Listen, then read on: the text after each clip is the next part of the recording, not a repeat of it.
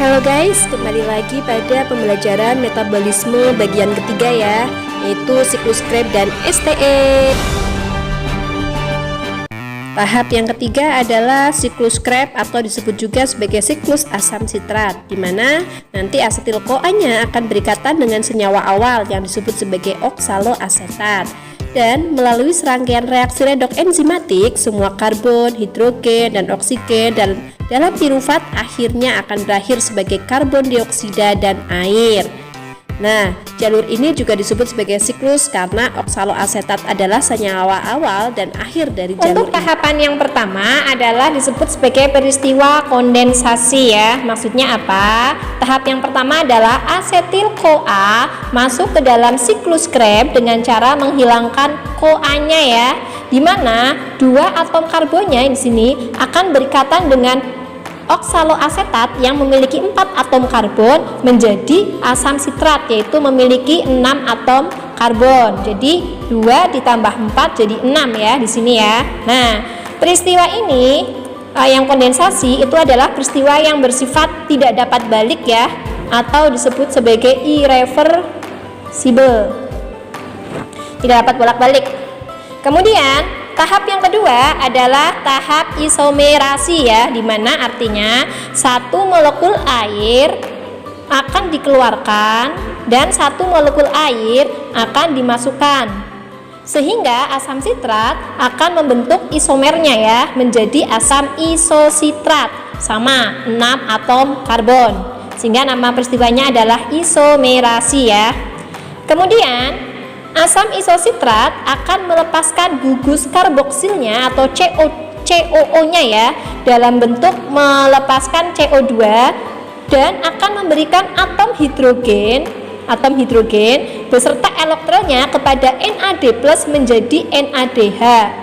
Nah, kemudian asam isositrat akan berubah menjadi asam alfa ketoglutarat.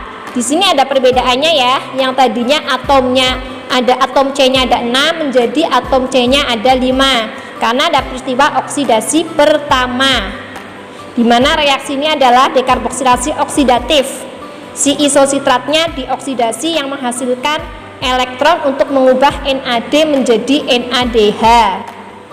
Kemudian untuk asam alfa ketoglutarat nantinya akan berikatan dengan CoA ya, yang tadi dilepas, membentuk senyawa suksinil CoA dengan cara melepaskan CO2 dan memberikan atom hidrogen atau atom H ya kepada NAD menjadi NADH kembali. Nah, di sini terjadi peristiwa apa? Peristiwa oksidasi kedua.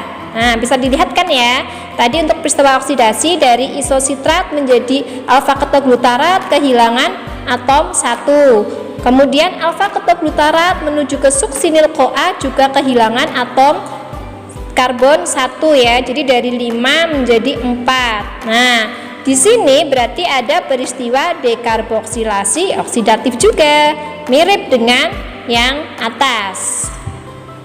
Kemudian untuk peristiwa berikutnya adalah yang ini ya, pengubahan suksinil CoA menjadi suksinat, yaitu melalui peristiwa fosforilasi, yang artinya apa? Dimana setelah dilepaskannya kembali si CoA, ini CoA-nya dilepaskan kembali sehingga menggantung pengikatan fosfat oleh GDP. Karena ini tadi dilepaskan kembali sehingga memudahkan pengikatan fosfat oleh GDP menjadi GTP, guanosin trifosfat. Nah, guanosin trifosfat ini hampir mirip dengan ATP, berubah menjadi senyawa suksinat. Jadi di sini yang menghasilkan ATP namanya peristiwa fosforilasi ya. Kemudian tahap berikutnya adalah perubahan suksinat menjadi fumarat, yaitu dengan cara memindahkan dua atom hidrogen dan elektronnya dari FAD, flavon adenin dinukleotida, untuk membentuk FADH. Nah, di sini masih sama ya, atom karbonnya sama-sama 4 karena tidak ada pelepasan CO2. Kemudian fumarat akan berikatan dengan H2O menjadi malat, masih sama 4 atom karbon.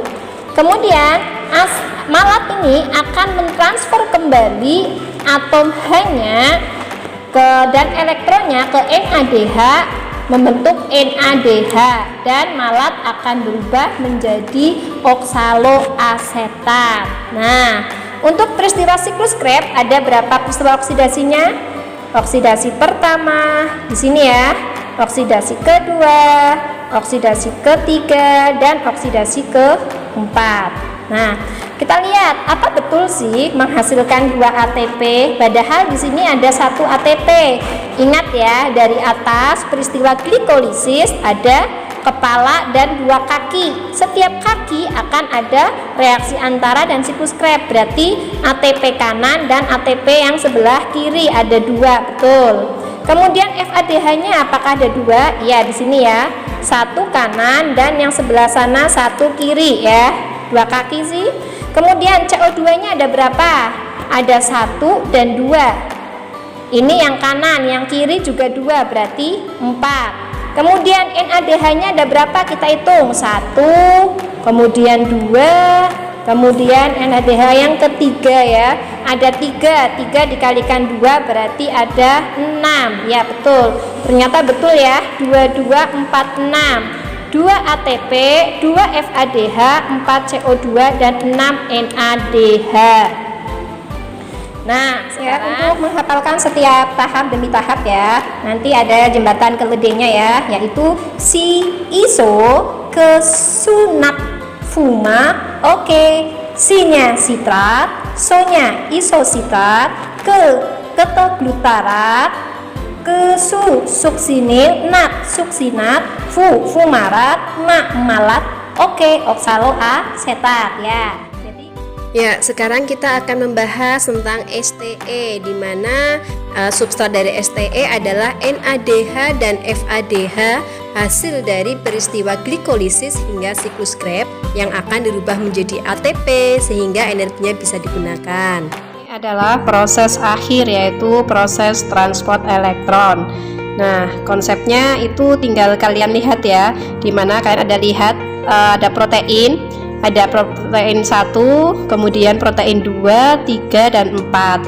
Nah, angka Romawinya kelihatan ya, dimana 1, 3, dan 4 proteinnya besar, yang ini kecil, dimana yang nomor 1, 3, dan 4 adalah protein yang mampu mentransfer hidrogen.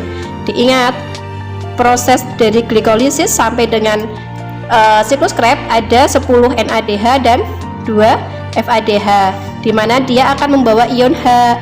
Yang membawa adalah NAD dan FAD, di mana dia adalah jenis koenzim yang mampu membawa ikatan atau membawa ion H. Nah, nanti kalau ion H sudah nyampe transfer elektron akan dibaca menjadi energi, di mana H-nya nanti akan berikatan dengan oksigen sebagai akseptor elektron terakhir menjadi H2O. Nah, di sini ada pemompaan ion H. Nah, pemompaan ion H yang akan dilakukan oleh si protein 1, 3, dan 4. Nanti ya di sini ya. Nah, kalau untuk NADH sifatnya itu umum karena dapat ditemukan di glikolisis, kemudian siklus Krebs, sehingga dapat ditemukan di protein 1 dipompakan ke protein 3, kemudian dipompakan ke protein 4, sehingga masing-masing tadi bisa melewatkan hidrogen. Jadi NADH yang melewati 3 berarti ada 3H+, berarti 1 NADH menjadi 3H+. Nah, setiap 1H+ akan menjadi 1 ATP, sehingga 1 NADH sama dengan 3H+, kemudian menghasilkan 3 ATP. Kemudian kalau FADH hanya ditemukan di tahapan siklus Krebs, sehingga dia hanya bisa masuk ke protein ke-3 ya, tidak memasuki protein kedua ya. Jadi dia hanya masuki ke 3 dan 4. Nah, berarti ada 2 atom hidrogen, sehingga 1 FADH akan memompakkan 2 atom hidrogen, di mana 1 atom hidrogen nanti akan menjadi 1 ATP. Kalau 2 berarti menjadi 2 ATP. Nah, ciri khas dari STE adalah di sini ya. Ada O2 sebagai akseptor elektron terakhir. Sehingga untuk proses STE hasilnya adalah H2O, kemudian perhitungannya adalah sebagai berikut. Untuk perhitungannya adalah hasil glikolisis yaitu 2 NADH plus 2 ATP plus 2 asam pirufat. Hasil DO 2 NADH plus 2 CO2 plus 2 asetil-CoA. Sementara hasil SK adalah 6 NADH plus 2 FADH plus 2 ATP dan 4 CO2.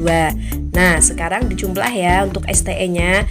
NADH-nya ada 10 setara dengan 3 ATP menjadi 30 ATP. Kemudian FADH-nya ada 2 setara dengan 2 ATP menjadi 4 ATP sehingga dijumlah ada 34 ATP. Kemudian hasil semuanya adalah 34 ATP ditambah 4 ATP, di mana 4 ATP-nya berasal dari 2 glikolisis 2 DO menjadi 38 ATP ya. Kemudian dikurangi 2 ATP lagi karena ada peristiwa glikolisis yaitu dari sitoplasma ke mitokondria membutuhkan 2 ATP sehingga 38 dikurangi 2 menjadi 36 ATP. Jadi untuk 1 kali respirasi aerob pemecahan 1 molekul glukosa menjadi 36 ATP. Perlu diingat ya. Nah, sekarang kita sudah tahu ya untuk 1 kali respirasi aerob di mana 6 CO2 itu berasal dari 2 CO2 yang ada di DO dan 4 CO2 yang ada di siklus Krebs. Kemudian 6 H2O berasal dari 12H+ plus 6O yang ada di STE ya. Kemudian 38 ATP berasal dari 2 yang ada di glikolisis, 2 yang ada di siklus Krebs dan 34 yang ada di STE. Nah, sekarang sudah tahu ya. Semoga pembelajaran ini bisa bermanfaat buat kalian. Terima kasih. Jangan lupa